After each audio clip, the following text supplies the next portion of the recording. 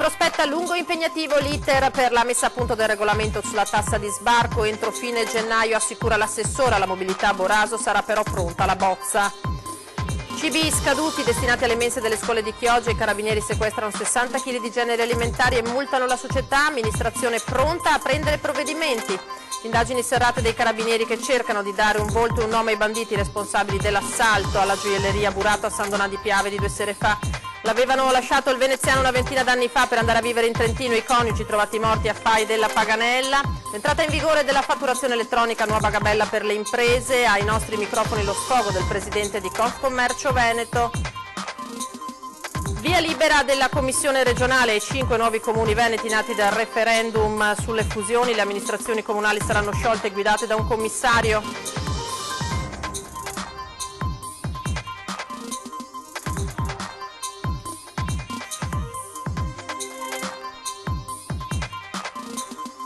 Jude Law immortalato a cena con un amico di vecchia data a Venezia, la foto diventa virale, l'attore è sbarcato da un paio di giorni in laguna per la registrazione del sequel della serie firmata da Sorrentino. Buonasera e ben ritrovati dunque con l'informazione da Venezia. Partiamo dal regolamento sulla tassa di sbarco che potrebbe avere un iter lungo e impegnativo per la sua messa a punto. Di fronte a questa possibilità le rassicurazioni dell'assessore alla mobilità del Comune di Venezia, Renato Boraso, sarà pronta, dice, entro la fine di gennaio la bozza del regolamento. Saranno 2 o 3 mesi di grande lavoro perché poi il regolamento va adotta il Consiglio Comunale, quindi va fatto un regolamento da parte della Giunta, va fatto poi votato in Consiglio Comunale e poi applicato. Fatta la legge, trovato l'inganno, fuor di metafora pure per l'applicazione della tassa di sbarco a Venezia introdotta dalla nuova legge di bilancio. L'iter pare essere tutto in salita. La disposizione, come recita il comma 1129, autorizza il Comune di Venezia ad adottare nelle proprie politiche di bilancio, in alternativa all'imposta di soggiorno, l'applicazione del contributo di sbarco previsto per le isole minori, ma non va oltre, cioè demanda al Comune di Venezia oneri e onori, sicché il percorso si preannuncia tortuoso. Non è una cosa molto semplice, pensate di dover controllare persone che non dormono ma che vengono qui solo per la giornata del mordi e fuggi e dover comunque tentare di fare in modo che questi paghino oppure rinuncino a venire proprio per non pagare la tassa di sbarco. È un tema di gestione dei flussi e di gestione del regolamento per questa tassa di assoluta complicazione e complessità. Ad ogni buon conto, a Cafarsetti i funzionari affiancati da uno studio giuridico nazionale si sono messi al lavoro e contano già entro gennaio di arrivare ad approntare la bozza di regolamento che dovrà essere adottata dalla Giunta Comunale e poi approvata dal Consiglio Comunale entro massimo un mese e mezzo. Dall'approvazione del regolamento puoi far partire l'applicabilità vera e propria intorno a giugno-luglio del 2019. La tempistica è fattibile, vi posso garantire che il sindaco sta già alacremente incontrando categorie economiche e tutti i soggetti interessati. Il sindaco Brugnaro ha già accolto con favore la proposta del presidente della regione Luca Zaia di prevedere l'esenzione di studenti e lavoratori veneti e questo è il punto cardine attorno al quale nascerà il regolamento, probabilmente il 1° maggio in concomitanza con la collocazione dei varchi a Piazzale Roma e in stazione. E ora veniamo al caso dei cibi scaduti destinati ad alunni e studenti che frequentano le mense nelle scuole e negli istituti di Chioggia. I carabinieri hanno sequestrato 60 kg di generi alimentari e multato la società che ha in gestione il servizio, con l'amministrazione comunale che si è detta naturalmente pronta ora ad assumere i provvedimenti del caso. Il caso rischia di sollevare un vespaio di polemiche e conseguenze gravi perché sono serie le irregolarità riscontrate dai carabinieri durante i controlli di lunedì scorso nel luogo dove materialmente la società aggiudicataria dell'appalto mense scolastiche confeziona i cibi per le mense di scuole e istituti di Chioggia, Sottomarina e Valli. E il risultato positivo degli accertamenti eseguiti sono una conferma per le famiglie che negli ultimi tempi avevano fatto trapelare qualche lamentela sulla genuinità del cibo assunto dai propri figli a scuola. Qualche mal di pancia di troppo e piccoli problemi intestinali segnalati alle autorità hanno dato il là ai controlli che i militari dell'Arma assieme al personale del Dipartimento di Prevenzione dell'ULSS 3 Serenissima di Chioggia hanno svolto nel luogo dove la società, che ha sede a Milano ma che ha succursali in tutta Italia, prepara i pranzi. Sono stati ispezionati cucine e magazzino e tra gli alimenti conservati all'interno di frigoriferi e congelatori sono stati trovati pollame, hamburger di tacchino, pizza e yogurt scaduti. Sempre nei congelatori sono stati trovati 4 rotoli di arrosto precotto da 6 kg totale e una confezione di carne rossa cruda da quasi 5 kg, sprovvisti di etichettatura e di documentazione richiesta per la tracciabilità. Alla società è stata comminata una sanzione complessiva di 11.500 euro, mentre 60 kg di generi alimentari sono stati sequestrati e smaltiti. Contattata telefonicamente, l'assessore all'istruzione del Comune di Chioggia ha detto che si tratta di un fatto gravissimo. L'amministrazione comunale si è attivata immediatamente per chiedere informazioni alla società e per i conseguenti provvedimenti del caso. E il sindaco Alessandro Ferro, in una nota, dice: una situazione non giustificabile nemmeno se gli alimenti freschi fossero stati accantonati per lo smaltimento. È della salute dei nostri figli che stiamo parlando, scrive il primo cittadino, che annuncia di procedere con tutte le azioni possibili. Intanto è frenetica l'attività di indagine dei carabinieri che stanno cercando di dare un volto e un nome agli autori della violenta rapina alla gioielleria Burato a San Donà di Piave. Gli ultimi aggiornamenti dunque nel servizio che ha preparato la nostra redazione. E dalle immagini delle telecamere di sorveglianza interna della gioielleria Burato che gli investigatori contano di poter recuperare frame significativi utili all'identificazione dei rapinatori entrati in azione lunedì al centro Piave. I carabinieri del nucleo investigativo di Venezia con i colleghi della compagnia di San Donà di Piave hanno recuperato quei video e quelli della videosorveglianza del centro commerciale in via Iseo, hanno raccolto le testimonianze di chi, oltre al personale del negozio di preziosi, ha assistito inerme all'assalto e poi alla sparatoria.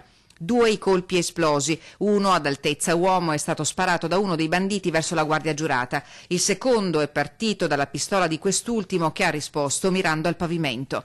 Un'ogiva è stata recuperata dai carabinieri e da quella porzione di proiettile si potrà risalire al tipo di arma dalla quale è stato esploso. I militari stanno valutando la tecnica della rapina che presenta modalità similari ad altri assalti messi a segno nei mesi scorsi in Veneto, così come si sta ricostruendo la via di fuga utilizzata dai malviventi arrivati e fuggiti a bordo di un'auto rubata nel Padovano, che dopo l'assalto è stata data alle fiamme e spinta nel fiume Tergola a Vigonza. Per la gioielleria si è trattato del secondo colpo in meno di un mese. A metà dicembre, in orario notturno, il negozio era stato visitato dai ladri che in quell'occasione erano riusciti ad aprire la cassaforte e a impossessarsi del suo contenuto.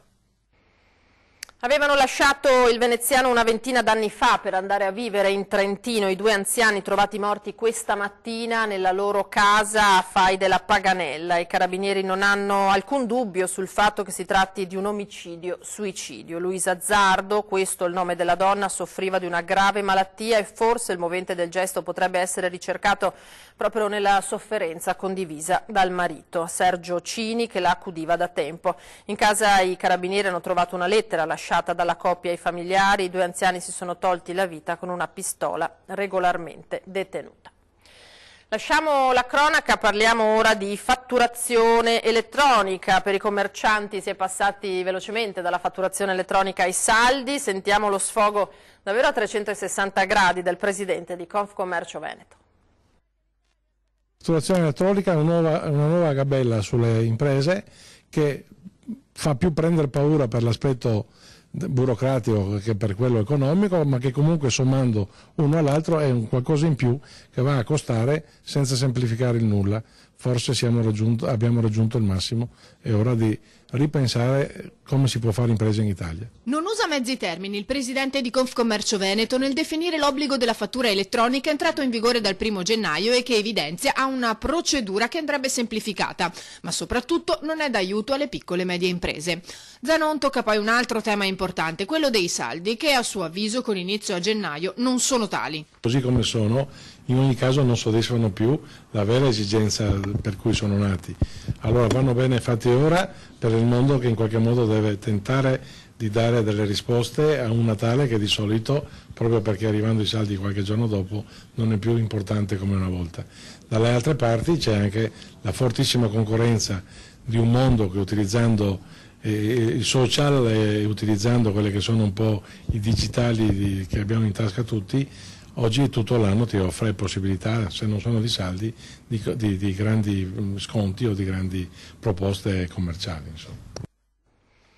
E intanto CGIL, CISL e UIL scenderanno in piazza contro la manovra del governo sabato 9 febbraio a Roma. Il Presidente del Consiglio attaccano i sindacati, si era impegnato a dare continuità al confronto, ma è avvenuto su alcuni capitoli del documento.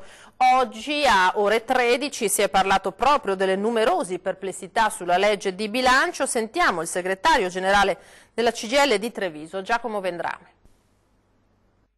Non ci sono investimenti in questa legge finanziaria, cioè il nostro Paese deve tornare a crescere, altrimenti il problema del debito pubblico non lo risolverai mai tagliando sempre i soliti, perché se tu non fai investimenti non cresci, questa è la grande differenza tra noi e gli altri paesi europei, okay? E in questa legge di stabilità ancora una volta si tagliano gli investimenti. Se ci aggiungi il fatto che comunque fai cassa sulle pensioni, perché tu non adegui il potere d'acquisto delle pensioni come dovrebbe essere, vai come già era capitato, no? In questi anni abbiamo raccontato più volte. È stato criticato, quindi siamo sempre, purtroppo sempre dalla stessa parte, chi paga il conto sono sempre i soliti. Noi riteniamo che sia sbagliato, perché tra l'altro stai andando a colpire tutti e non stai andando a colpire i pensionati particolarmente ricchi, stai andando anche a colpire quei pensionati che hanno una pensione da 40 anni di contributi versati. Tu fai il reddito di cittadinanza per risolvere il problema della povertà e della disoccupazione, cioè chi non ha un lavoro e è in stato di bisogno gli rispondo con un trasferimento monetario, al di là del meccanismo che vedremo, che con non è un prelievo massimo chiaro. mensile di 100 euro, sì. No? Ma perché contemporaneamente non dai al lavoro a chi potresti darlo? E mi riferisco ai dipendenti pubblici, hanno bloccato per l'ennesima volta, hanno prorogato di un anno le assunzioni nel pubblico. Ora, le assunzioni nel pubblico sono lavoratori che domani potrebbero essere inseriti nel meccanismo del pubblico. Ora una breve pausa, ci rivediamo tra qualche istante.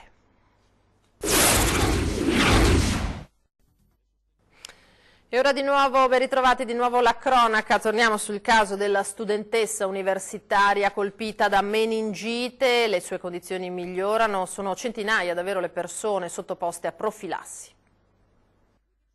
È stata dimessa dalla terapia intensiva e le sue condizioni vengono descritte come in lento miglioramento. La 19enne si trova ricoverata per una meningite da meningococco.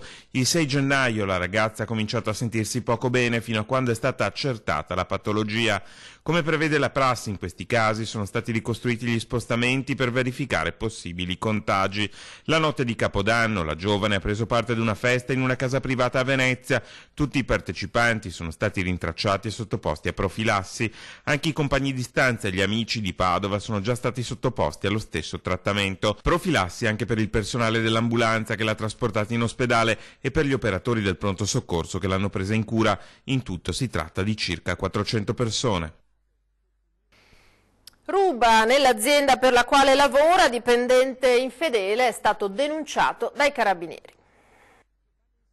L'hanno bloccato i carabinieri del nucleo operativo di Castelfranco alla fine del turno di lavoro mentre usciva dalla ditta per la quale lavorava da diversi anni come quadro aziendale, ed i sospetti che la stessa impresa aveva segnalato hanno trovato conferma nell'auto e poi successivamente nell'abitazione dell'uomo, un 50enne di Fiesso d'Artico. Sono state ritrovate centinaia di confezioni tra prodotti per il benessere, fitoterapici, integratori alimentari ed altra merce sottratta all'azienda, in tutto beni per circa 20.000 euro che verosimilmente il dipendente infedele avrebbe voluto rivendere. L'uomo è stato denunciato per furto aggravato e rischia il licenziamento, anche se ancora non si sa quale provvedimento l'azienda, molto nota nel settore erboristico e fitoterapico della Castellana, prenderà nei suoi confronti. Parliamo ora di fusioni tra enti locali, perché sono stati approvati dalla Regione i nuovi comuni previsti dai referendum dello scorso dicembre. Via libera dalla Commissione Affari Istituzionali del Consiglio regionale ai 5 nuovi comuni veneti nati dai referendum sulle fusioni dello scorso 16 dicembre. Per 5 nuove fusioni invece non c'è stato l'ok complessivo, quindi la Commissione e il Consiglio ha rigettato la proposta. Caso particolare quello della nuova realtà di Valbrenta in provincia di Vicenza, dove il progetto originario di fondere 5 comuni si è scontrato con il voto negativo dei residenti di Solagna.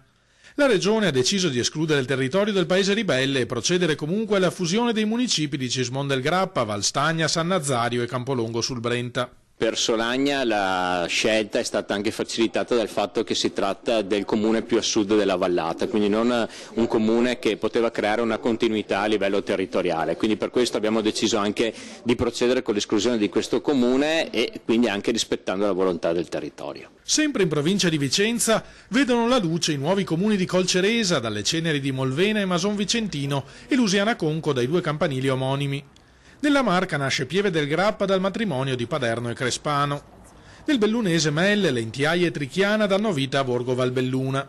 Il nuovo assetto di questi territori sarà ora approvato dal Consiglio per arrivare entro la primavera allo scioglimento delle amministrazioni comunali che verranno affidate a un commissario prefettizio fino alle prossime elezioni. Ci sono dei vantaggi sicuramente dal punto di vista economico, con dei contributi importanti previsti sia a livello nazionale che anche a livello regionale, ma poi anche con delle economie di scala, con un miglior funzionamento dei servizi e con tutta una serie di migliorie dal punto di vista, diciamo, anche amministrativo. Rappresentano un po' anche il futuro, perché oggi delle realtà da 1000-2000 abitanti con pochissimi dipendenti, con la difficoltà anche di dare risposte celeri ai privati cittadini e alle imprese, non sono più ovviamente non sono più competitivi, cioè oggi un comune piccolo ha la difficoltà nell'erogare servizi di qualità. Ora di nuovo in laguna, perché a giudicare dalle prime immagini che stanno impazzando sul web, Jude Law a Venezia si sta proprio divertendo. Vita notturna per Jude Law, sbarcato in laguna nei giorni scorsi per girare le scene della seconda serie televisiva del regista Paolo Sorrentino, The New Pope. In queste immagini la celebre star è stata immortalata durante una cena da Toto Bergamo Rossi, suo amico di vecchia data e non solo. Law infatti è socio della Fondazione Venetian Heritage, di cui Rossi è direttore, e in questa foto, oltre ad essere loro due, si vede anche la fidanzata dell'attore Filippa. Law fa parte della fondazione da tempo, visto anche il suo grande amore per la città, come sintetizza Rossi. Lui Venezia la conosce, c'è stato molte volte, e ha visto spesso anche i lavori di restauro che la Fondazione Venetian Heritage porta avanti e ci aiuta. Non c'è solo lui, c'è anche Tilda Swinton, c'è anche James Ivory, c'è anche Wes Anderson, abbiamo tanti di questi. E ora il basket, l'Umana Reyer conquista un'altra vittoria, lo fa in Champions League battendo Opava. Con un crescendo in corso di partita, i ragazzi di coach De Raffaele hanno fatto emergere la loro grande qualità nel gioco di squadra e profondità, tutti e 12 i giocatori a referto, battendo i cechi per 102-81. Approfittando della possibilità di portare a referto 7 stranieri, De Raffaele ha concesso un turno di riposo a B-Liga, rilanciando Vidmar. Abbiamo avuto un approccio molto morbido, molto superficiale, consentendo a Opava di prendere fiducia. Sapevamo che è una squadra che tira molto da 3 punti, noi li abbiamo aiutati a crederci. Terzo e quarto abbiamo cambiato atteggiamento, abbiamo cambiato soprattutto una assunzione di responsabilità rispetto a questo che è un passaggio importante, perché vogliamo raggiungere i playoff di questa Coppa, e credo che sia stata una buona reazione. Se c'era bisogno, l'ennesima prova che dobbiamo stare concentrati per 40 minuti su tutte le cose che proviamo. La cosa importante è aver dato spazio a giocatori che magari in campionato ne avevano avuto meno, e le risposte credo che siano state positive da parte di tutti. La nostra programmazione, perché ospiti di 20 e 10 questa sera saranno Riccardo Barbisan, capogruppo della Lega di Treviso, e Roberto Grigoletto, consigliere comunale del Partito Democratico di Treviso. È tutto per questa edizione dell'Informazione da Venezia. Io vi ringrazio per essere stati con noi come sempre e vi lascio in chiusura alle previsioni del tempo. Arrivederci.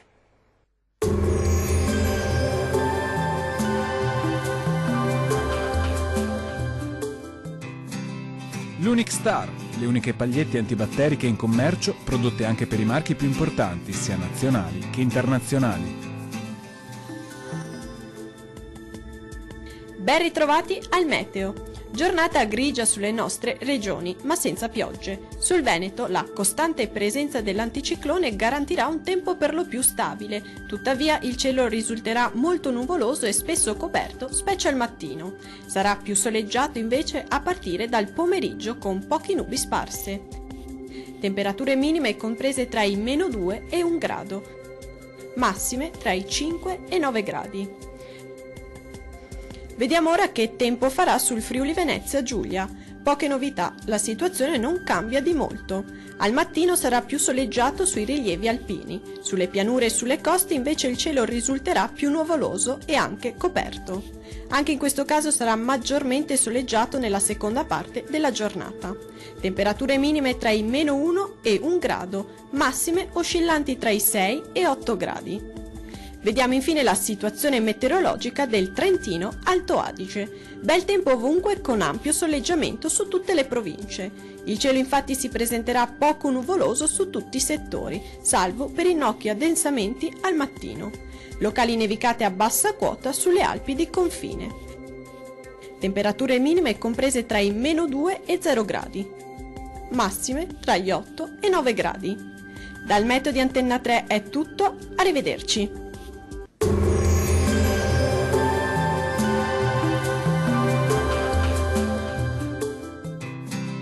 L'Unic Star, le uniche pagliette antibatteriche in commercio prodotte anche per i marchi più importanti, sia nazionali che internazionali.